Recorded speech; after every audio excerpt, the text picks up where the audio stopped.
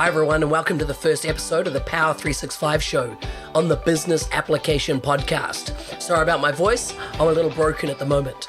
I'm pleased to introduce Purvin Patel from Microsoft as our first guest on the show. Purvin is a 23-year veteran in the CRM world, working with industrial, medical, and food service companies. He was part of the first group to evaluate Microsoft Dynamics CRM 1.0, and in 2005, he joined the Microsoft IT R&D team, bringing a rebel agile style, and worked on creating Microsoft's first cloud offering on Dynamics CRM 4.0. Purvin joined the Dynamics product team in 2015 as part of the engineering release team, overseeing our previews and MVP engagements. Recently, he's taken a role with Business Application Group within Microsoft as the Dynamics Influencers leader, working on making the community vibrant. Purvin is a father of 3 youngsters, 2 dogs, and a cat. Now, let's get into the show. Purvin, welcome to the show. How you doing, Mark? Hey, good to have you on the show, Purvin. I've been really wanting to do this for a while, and it's great to actually launch a new podcast show, Power 365, with kind of your experience and your knowledge around, the communities, how Flow, PowerApps, and Power BI all feed into the Power Platform, and really what's available resource-wise for the community out there. But before we get to that, can you kind of give us a bit of background of your past 7 years in Microsoft? What do you do? What's your role? And kind of what does your day-to-day look like? I've had a very interesting career here at Microsoft. I was part of the original crew, if you wanted to go back before 7 years, that evaluated CRM 1.0. Of course, it was a very raw product back then and very limited to what you could do. But from that point on, I've been circling around Dynamics and CRM applications for close to 20 years. So for the last 7 years, I've been at Microsoft and been focused around how to grow Dynamics CRM from 4.0 to what it is now. And that's also doing internal implementations, whether it's HR, our various HR support systems, as well as other solutions that I've created internally. Okay, wow. I bet you've actually been hands-on implementing Dynamics as part of your role. Yes, I would say even my new role or my current role is more of me giving back to the community. I've been doing so many implementations over the years that I wanted to make sure that there was a way for the community to kind of A, learn some of the things that I've learned, but B, to start growing the community beyond where it's been in the infant form. Yeah. So in the last 2 years, we've seen a significant developments happen with Dynamics. There was the platform separation, and I'd like you to talk a bit about that in a moment. But PowerApps have come out, Flow have come out. What do you see as the driving force behind this massive, change that we're seeing? I think it's us coming out of our cocoon, to be honest. And if we were to kind of describe it that way, the old world, as I call it, of Dynamics has always existed in a black box. So everything within that box, that's where your playground is. That's where you can do your customizations, your development, but you could never leave that box. And the Power Platform, its integration into our world actually allows us to move outside of that box and actually take away the entire barriers while still keeping the barrier within the Dynamics world. So I think that's the big driving change behind what we have now with the Power Platform is we've been limiting ourselves for a very, very long time, and that's affected how we've developed our product and our capabilities. And it was really necessary for us to be able to inject power into the Dynamics platform to not only make it much more scale, but a lot more user-friendly. We can now directly impact who I call the citizen developer. Before, you're always a dev person that knows code, or you've known CRM enough to let it do the things you want it to do, but it required a bit of effort. With the citizen developer persona, we want to capitalize on people's natural ability to understand technology and then be able to apply that directly to the Dynamics world. Okay. So tell me a bit about what happened over the last 2 years with what's called the separation of the platform to the first-party apps. What's your view on what happened there? That was a necessary piece, and to kind of give the backstory to this has been something that's been in the works and somewhat promised but undelivered or unshown is XRM.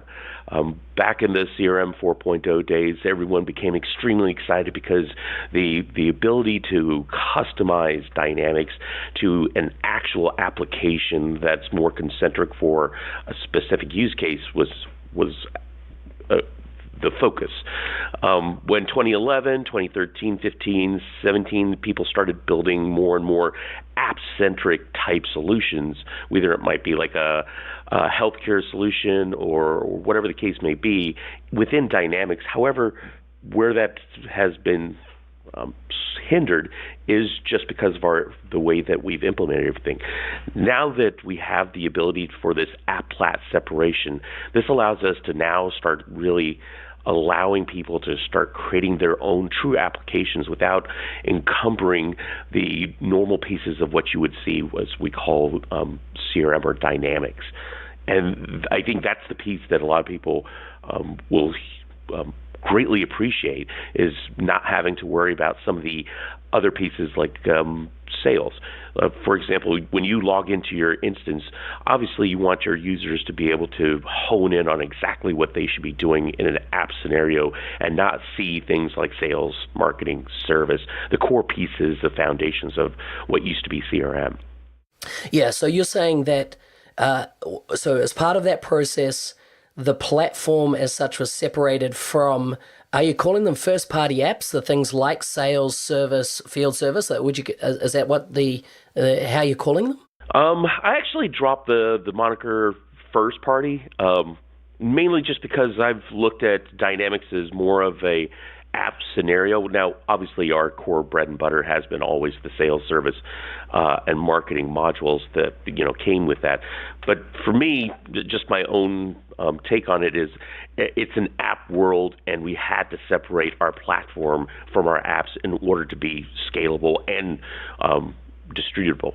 So, what's been the most significant change, in your opinion, within Dynamics in the last 2 years? Well, I mean, obviously we can talk ad nauseum as to the whole Power Platform involvement. I don't think a lot of people saw that coming, especially just the way that things had been progressing with various leaders. It has always been that black box. But that 2-year change that James Phillips has brought with the Power Platform being the main focus of what our platform direction, and also with Charles Lamanna, I think that's the big change that a lot of people are still trying to understand. How does that really work, and how does that affect them? For most people, the Power Platform has been somewhat invisible to them. I mean, if you were talking to the average user and you told them, do you know what CDS means? I would actually be shocked if I would even say, 1 out of 2 people could correctly identify that. And then that's actually where my world really starts, is I'm here about evangelism of that platform. Right. So just let's let me get my understanding of this right. So we're saying, what we've traditionally known as Dynamics is really a range of apps sitting on top of the Power Platform.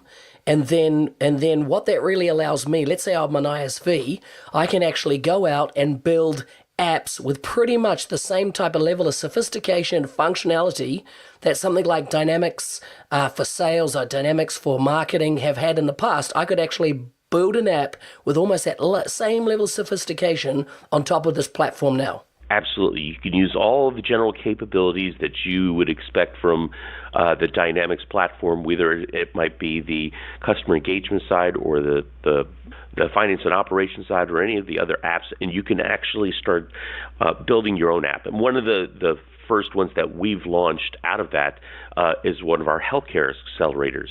It isn't anything that I would say that is absolutely polished, but it allows you to work within our platform now and build your own solution without having to encumber all the other pieces. Right. So you can basically start off with what's known as core and then build up from that point onwards. Absolutely. Yeah, okay. So how's this affected the development of Power Apps and Flow? Like how much are they now becoming more, a central focus like Flow for business process, and if you say, let's say, any type of workflow or business automation, and then Power Apps for, from, the 2 points, Canvas, and then what we've traditionally always had, the model-driven apps. How has this affected, what we're seeing now with the Power Platform and these various apps? I would say you won't see a lot of aesthetic changes to those applications and within those services. What you are seeing is how we're making it available across the entire board. And before, I would even be shocked to say, or a lot of people, everyone kind of looked at those as kind of garage type apps, things that you would stitch together, and now they're directly available within Dynamics. And I think that's the biggest change that you're starting to see. And we're still making a significant progress of how we make those available within Dynamics. But with this October release for 2018, you're going to also start seeing Canvas-driven apps on a model-driven form. And when I say it that way, a lot of people kind of look at it and go, I'm not sure what you're driving at, but the model-driven form is the Dynamics platform. It's always been the bread and butter. And the Canvas app's obviously the power side. And to be able to take the Canvas app and actually drop it onto a Dynamics form, when you say that to any Dynamics person or anyone with the history, you kind of get this amazing look on their face like, oh, wow, that's the first time that we've been able to create not only interesting objects, but being able to interact within that form-driven layout and be able to show information right there and then and be able to tweak it. Before, there was all sorts of things that you would have to do back in the day, write code, scripting, use business rules to be able to show and present information on a form. Now, it's available, and you could drop it in, and you can even do this within your phone to begin with, and then have it to show up on your model-driven on your forms. So a lot of these things have made significant changes, and I would venture to say a lot of people are still just on the cusp of what we can do with the new platform.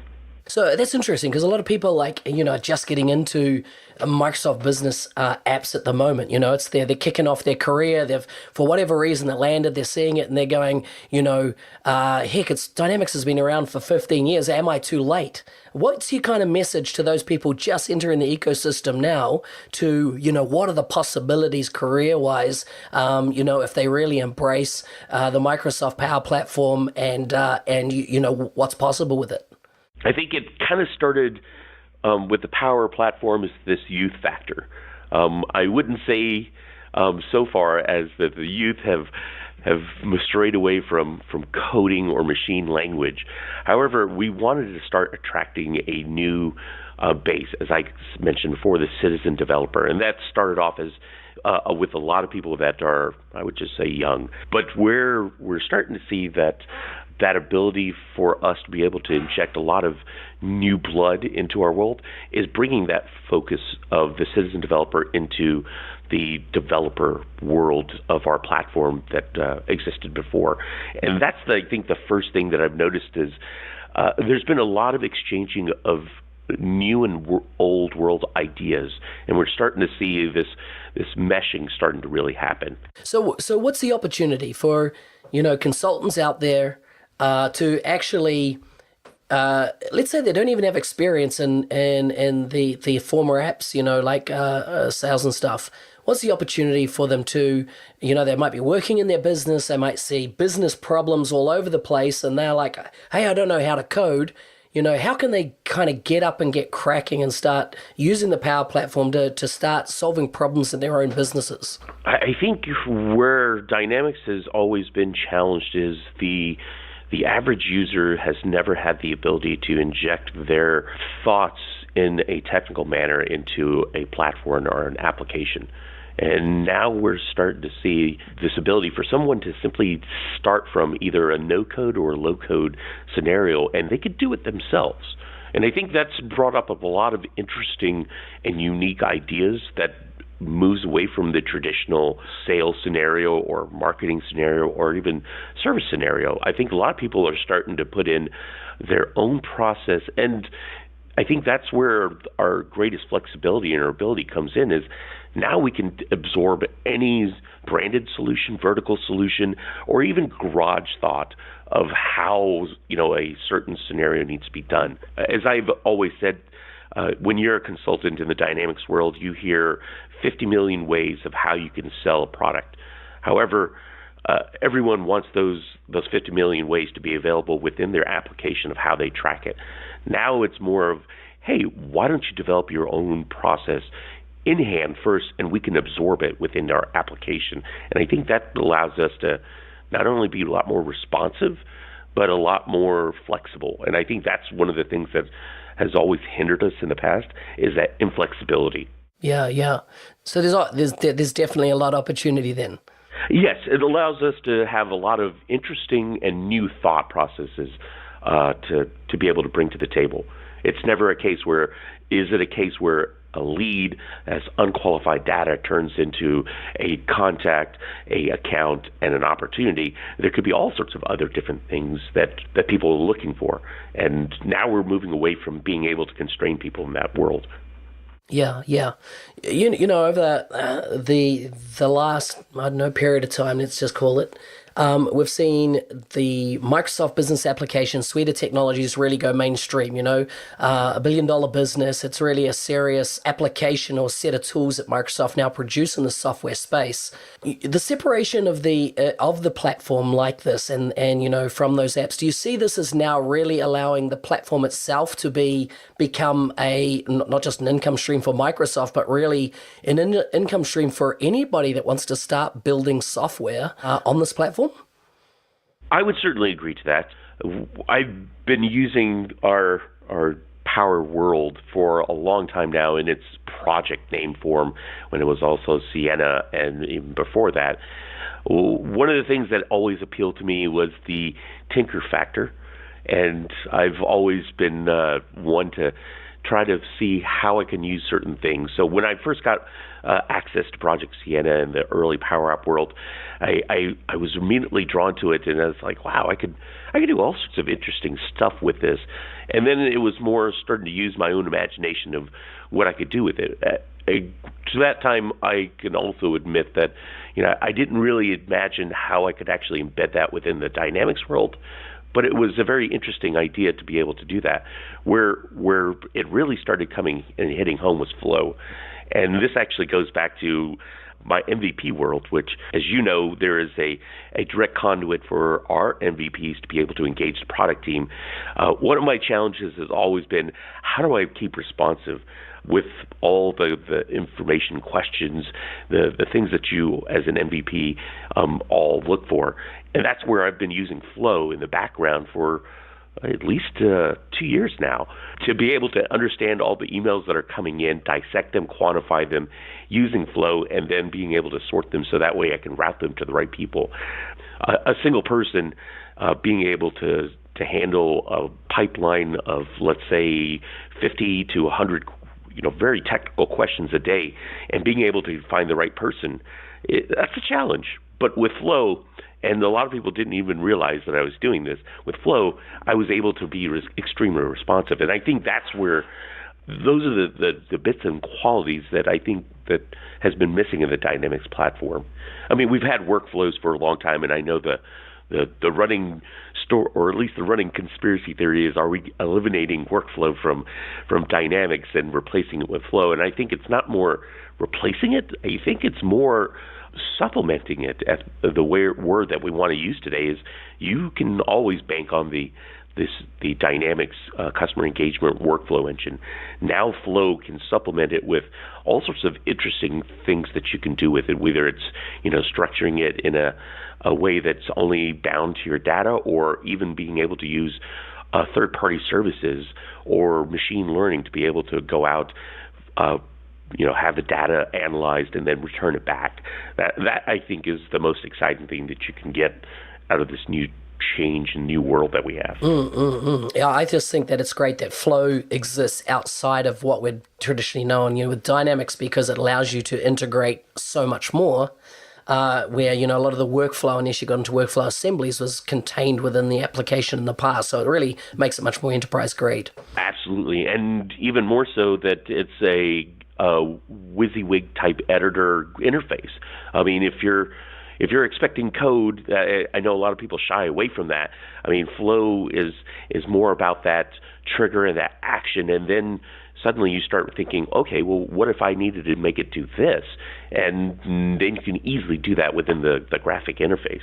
Yeah. And of course, the logic apps, they're natural extensions. So when you do want to jump down to deep coding or anything like that, and make enterprise kind of extensions to those flows, it's all there. It's already part of what's been thought out by Microsoft. Absolutely. I mean, that's the beauty of it is once you've reached that citizen developer wall, then you can certainly take that next step and move into more of a developer scenario where you can actually write your own connectors. Yeah, nice. Let's talk about the Dynamics community for a little bit here. How do the community keep up to date with changes and enhancements now? What are the tools out there that the community should kind of make sure is top of mind, that they're visiting often, that type of thing from Microsoft's point of view? That's a very good question. I'm going to start it off with an apology.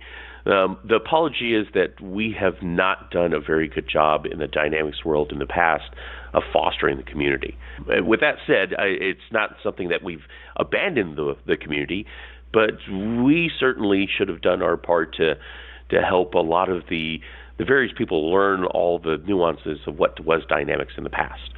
So with that said, there is a brand new focus about how we can grow the community, empower them, and also upskill them. So one of the things that we've done in the last year, and we've made significant community changes, is rebranding, retooling a lot of our community sites across the entire board.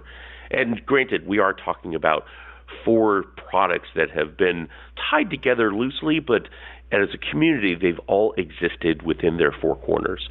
So if you were to talk to a Flow community person, they might be aware of PowerApps. More or less, they like to stay in their own world. The same with the Power BI folks. They're extremely passionate about reporting and doing things, and they certainly understand PowerApps and been looking at how to introduce that into the Power BI world. But it's not a case where all of them have figured out a way to start to work together as a community. And I think that's the exciting part for me, is being able to start taking these communities and going, hey, did you know this other person in this community?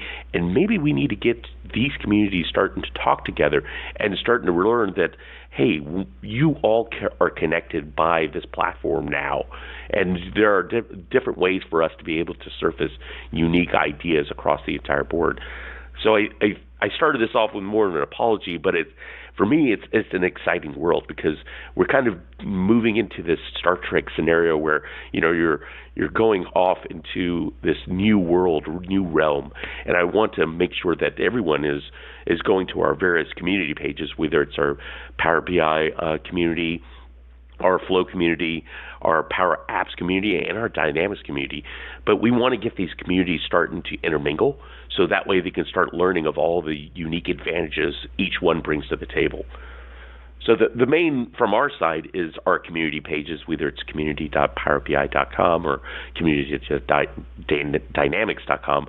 Me being the Dynamics person, of course, I'm focused on trying to get the Dynamics community to the table. So that's where my focus has been, is trying to get this education point of, hey, did you know you could do this with Flow and Dynamics?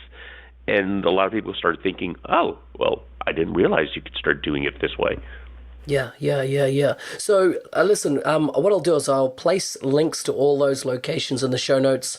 So if you're listening, just check the show notes. We'll make sure those links to those communities are there. Then you can sign up and get involved. What are the other community resources out there, though, that really, people should be looking at? There's certainly there's a lot of things that I would imagine that people need exposure to. One of the things that tools that I love to promote is one of our MVPs, XRM Toolbox. And I think that has been one of my favorite tools for it's been almost a decade now that it's been out. But for me, those are the tinker tools that I want the other communities to start discovering of what are the things that we've developed on the community side that really makes that impact. And so for those of you who have never heard of the XRM Toolbox, think of it as your tinker toy that allows you to do things with our Dynamics platform that you wish it could have done in the past.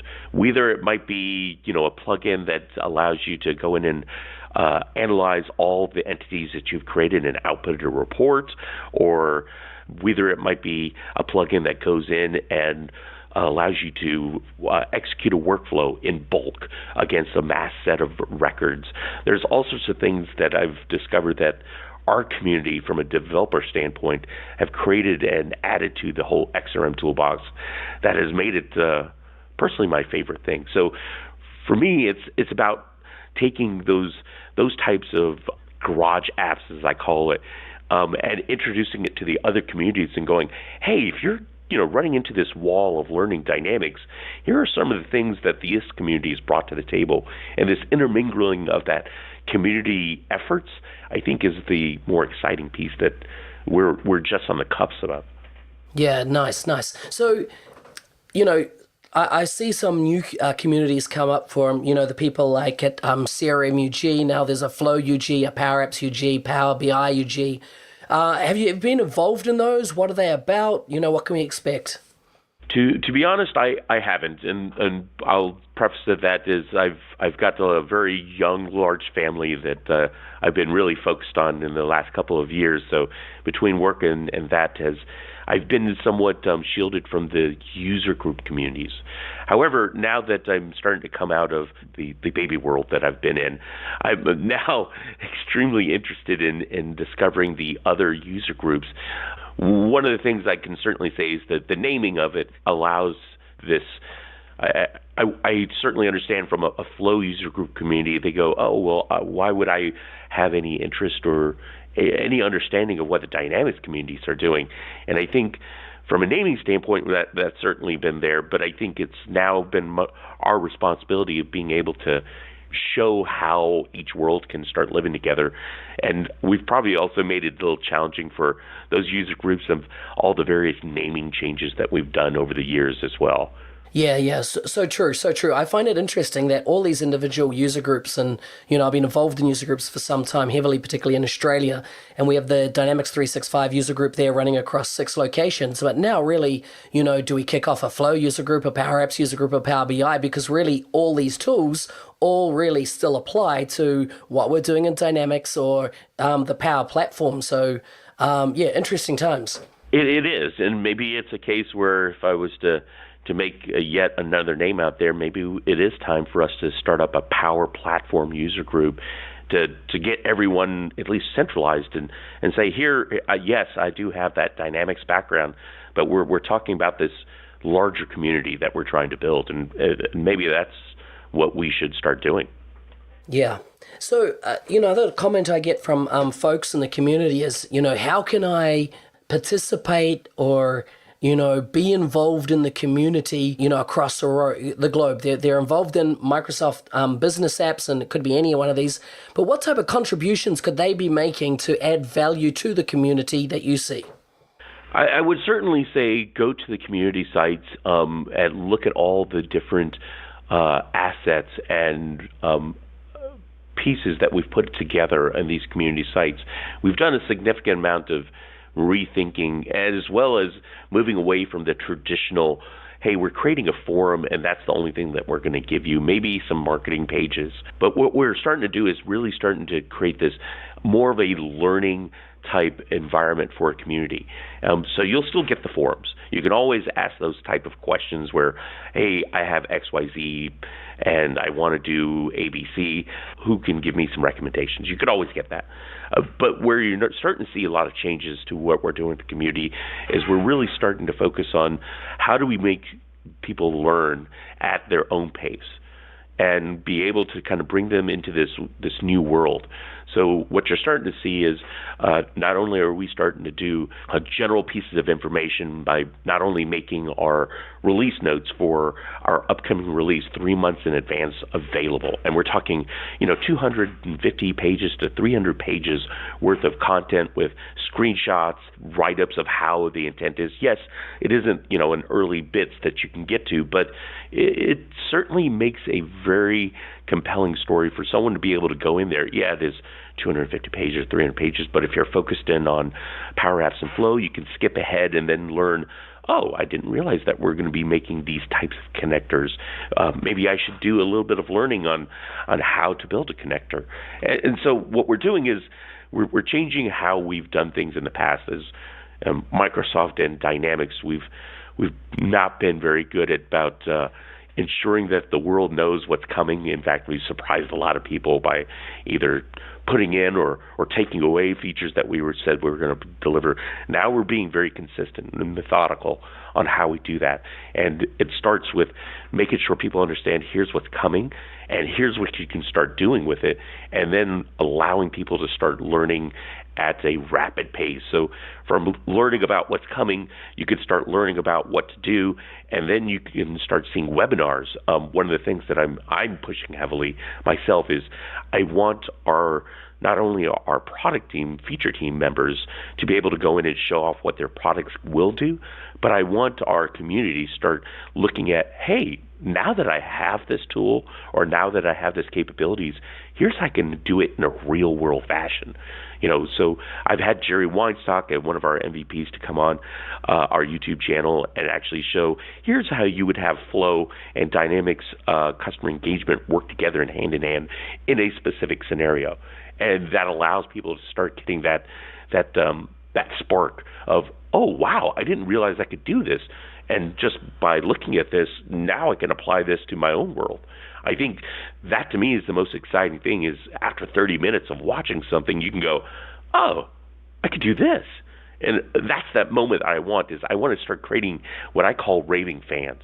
If you're a sports fan, when you become ingrained with your team of nature, whether it's soccer and you're Manchester United or you're a Seattle Seahawks fan, once you become sold in and bought into a product, you go all out. And that's what I want, is I want our community to become such raving fans that they're pushing us to go, hey, we've done this and we've taken it beyond the theoretical limits, and this is what we can do. And that, to me, I think, makes us kind of take a pause and go, wow, we didn't even think that this is possible. Yeah, so good, so good. Listen, you've seen a bunch of people involved in the communities over the years and with your role in Microsoft. Well, the people that really stand out for you, and I don't want you to name names, but kind of what type of contributions are you seeing out there that are making a difference, like creating a lot of value for the community? Well, I definitely mentioned, the XRM toolbox from a community standpoint, and there are definitely other tools out there that I've seen, some very unique and amazing solutions.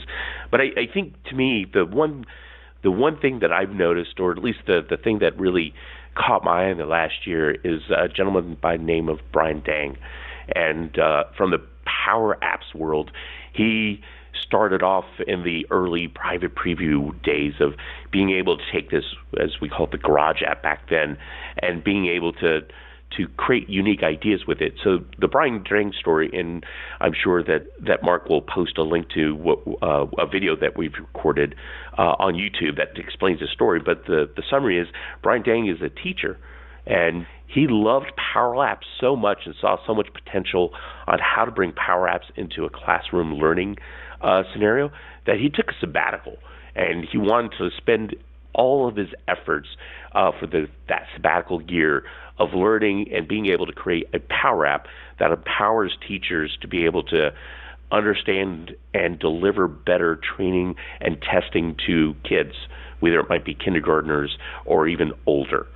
And there are definitely other branded applications out there that I can certainly name that do this, but he's played with those. He's a teacher, and he saw certain gaps, and then he saw PowerApps being able to address the gaps using his own knowledge. And I think that was one of the stories that I sit back and I look at it in amazement. You kind of, imagine that teachers saying, I'm going to take a year off to build something that changes the world. But it's been more than that, to be honest. It's to sell the story and close it. Brian has actually joined Microsoft, and he's continued his focus on creating this classroom app, and he's made an amazing progress behind it. But I think that's the piece that we wanted him is, at first we were like, well, we'll create an office for you, and you sit on our floor, and literally we'll pour as much knowledge into you, and let's see what comes out. And I think that was something that's inherently been different over the past 15 years that you've not seen at Microsoft, is us actually finding someone that was so passionate and said, hey, we're not offering you a job right now, but why don't you come and join us, and we'll bounce ideas off you. And then it turned into, oh wow, why didn't you join us? And then you could certainly come back and be a teacher, but now we certainly see the value of, from a community effort to, I think this is a bigger thing that we need to start promoting. Yeah, phenomenal. Just before we get into some quick fire questions, Purvin, is there anything else you'd like to add? I think people are going to be pleasantly surprised as to how we're going to be moving forward in the future. In the past, we have not done a good job of painting a roadmap or painting where we're headed.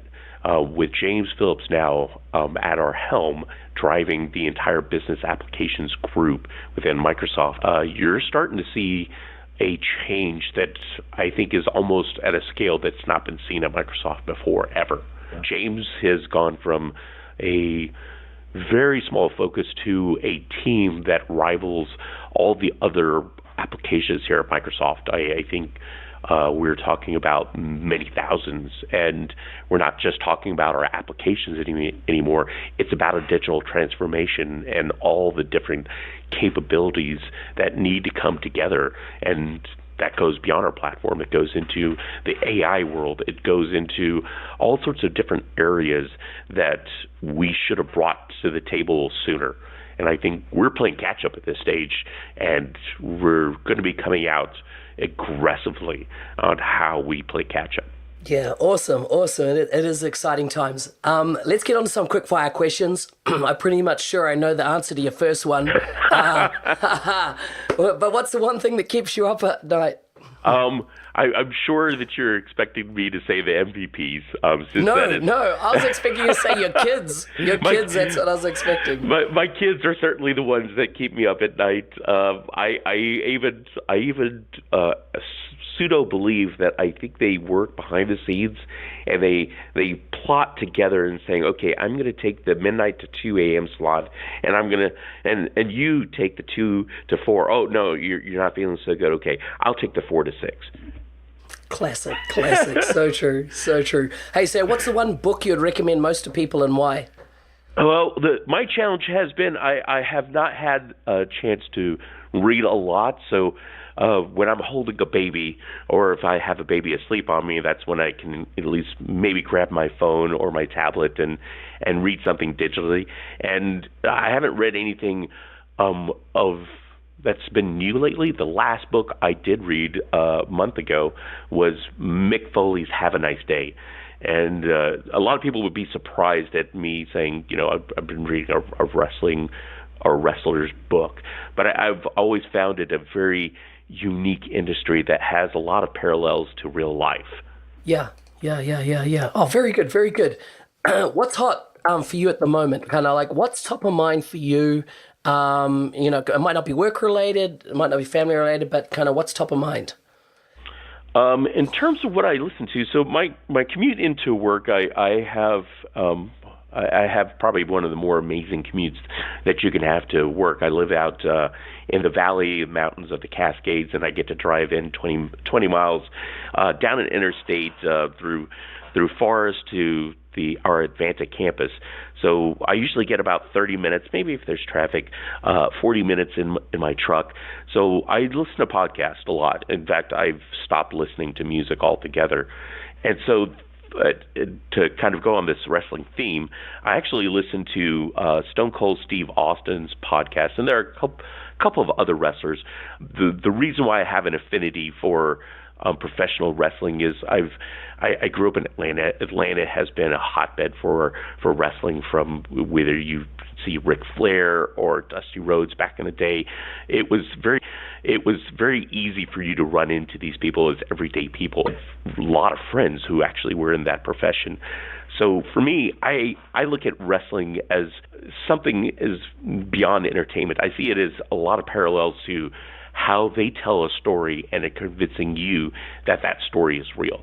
And I see a lot of parallels of how to take a lot of that learning of the wrestling world and industry and art form and applying to my current role right now as a community driver, because it's about trying to paint a picture that people believe. I want to create that raving fan. That's so cool, because I didn't know that you were into wrestling. It's cool to get to know another side of you. That's awesome. I credit my grandfather. He, for insane reasons I don't know, but he loved wrestling, and this is British wrestling back in the day. He was from London, or at least grew up in London. So that was, one of the things that I bonded with my grandfather early on. And so it's the early days of the Ric Flairs, the Hacksaw Jim Duggans. So it's always been that part of my life, whether it's friends, family, integration. People laugh at me and say, oh, well, it's fake. And well, I said, well, yeah, don't you? It's on TV. I mean, people get punched in the face, and you would expect there to be black eyes and broken bones. And so why are you questioning if it's real or fake? Because it's that good. Yeah, it is good. So tell me, what's one productivity tool you use every day? Flow by far. I didn't expect you were going to say that. You know what I was expecting, right? Well, what do you think? Teams. Really? I was expecting you to pull out Teams. I am a very big proponent of Teams. I will certainly, I use it every day. But if I was to talk about, if it was my Swiss Army knife, it's Flow. Flow does all sorts of things. And the way that I've always looked at it is I've always wanted a little, person to be able to go in and do the things that I've got multitude of things to do. And Flow has been that, as I call it, the little garage monkey that runs out and does all the things that always makes the mundane things so challenging. Yeah. What's your best purchase under $100? The last thing I've purchased under $100. You can't say a pack of cigarettes. It can't be a pack of cigarettes. No, it's got to be something good for the community. No, it can just be anything that's kind of spun your wheels. It doesn't have to be community related. Well, let's see. I think the last thing that I bought that's under $100 that was awesome is I bought a pair of earbud Bluetooth speakers. So instead of the wireless, instead of the corded ones that you can get, I actually got ones that were under $100 on Amazon. No plug to Amazon, but they've been fantastic. I actually was considering using it, but considering my workspace in my basement, I didn't want it to echo in here. So, but they've been fantastic. It's much more usable. Plus, with screaming kids, it's easy to pop them out into my ears and be able to dull the screaming. Yeah. I backed a Kickstarter campaign a couple of months ago, about 6 months ago actually, for the same type of things, little earbuds that, wireless, and hopefully they'll arrive shortly, and they will, because I like the idea of no wires, That's, and I've discovered at night, sometimes I end up watching, catching up on my TVR, but I don't want to wake up the kid that's either fallen asleep on me or whatever the case is. So I pop those in, and, obviously if you have a Roku or a Roku TV, you can pull up the app on your phone and directly listen to the live videos, the audio stream. So that's been my way of purchases. I thought, hey, not only can I be able to answer without wires, but I can actually watch TV and not disturb everyone. Yeah, so good. Purvin, who do you think I should get on the show, or what guest do you recommend in future, out of the Microsoft team that I should have on the show? Everyone always seems to pick James. In fact, James appreciates everyone wanting him to be on various podcasts to and be in attendance. But I think the person that I would personally recommend is Charles Lamanna. As I call him the kid. He is younger than me. I am an old guy now, but I think he has brought a new blood to our world. And for those of you who don't know, on the podcast, when you do look up his name, Charles is over our entire platform. Yes, he is young, but I think that youth plus you'll be amazed by his line of thinking. And so he has been instrumental on how our platform has evolved. And without Charles, I would say that we would be having a different conversation today about how our platform works. Yeah, great guy. You're the second person to recommend him. James Phillips was the other person that recommended I interview him. And when I interviewed James on the show earlier on, or on the Dynamics 365 Practice podcast. Hey, Purvin, it's been great to have you on the show. Before you go, if people want to kind of follow you digitally, where do you kind of appear in the online world? I've actually maintained a very discrete background for all intents and purposes. When the internet came around, I knew that there was a lot of benefits, but I also thought there's a lot of things that people share that maybe shouldn't be shared. So if you did search for me, you probably won't find much about me.